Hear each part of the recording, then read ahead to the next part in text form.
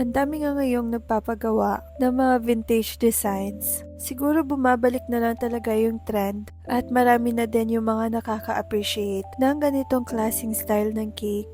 Pero eto nga ay heart-shaped cake tapos vintage design.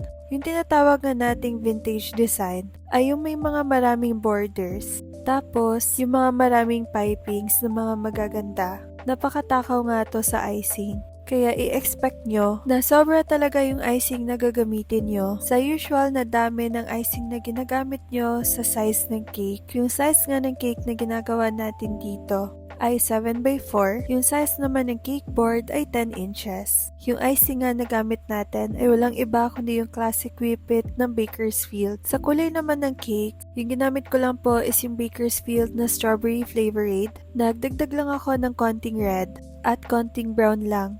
Napaka-challenging nga mag-cover ng mga heart-shaped cakes, pero naitaguyod naman natin. At para makuha din nga yung heart-shape natin dito sa ating cake, mano-mano lang po yung pag-cut ko dyan. At nakapag-upload na din po ako nung last kung paano po ako mag-cut dito sa mga heart cakes natin. Kung kayo nga ay nagti-TikTok at kung nagbe-bake nga kayo, isearch nyo si Brookie kasi lahat ng cakes niya is heart-shaped cake tapos vintage designs. At yan nga yung nagpasikat sa kanya, aside sa mga cookies niya. Kaya idol na idol ko talaga yun. Parati ko nga siyang pinapanood doon sa TikTok. At kung mapapansin nyo nga dito, na 2 shades of blue yung ginamit ko sa kulay ng cake. Dapat kasi lighter shade of blue lang yung color ng ating cake dito.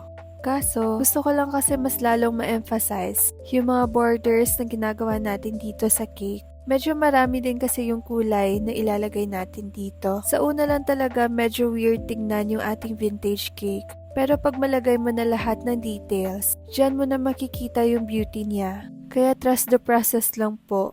Noon nga hindi ako masyado maganda gumawa ng mga vintage designs. Ngayon kasi is marami na yung nag-order sa atin ng mga ganito. Kaya nahahasa niyo yung mga skills natin. Alam nyo ba, next month, meron po pala akong class in collaboration with chefs and bakers about sa mga basic piping techniques. Kaya if interested po kayo mag-join, yung mga beginner bakers or yung mga aspiring bakers na gusto po mag-accept ng mga customized cake orders, pero alanganin pa sa pag-decorate ng cakes or pag-pipe, pwedeng-pwede po kayo mag-enroll doon sa class ko. For beginners lang po talaga siya at hindi po siya para sa mga bihasa na. Kaya abangan nyo na lang po yung post natin tungkol doon. Super excited na po ako na makatulong sa inyo at mabigyan kayo ng isa pang way para maka-earn ng income. So going back na dito sa cake, pagkatapos nga natin dito mag-add ng mga minor details, ay nagsulat na din tayo dito ng dedication.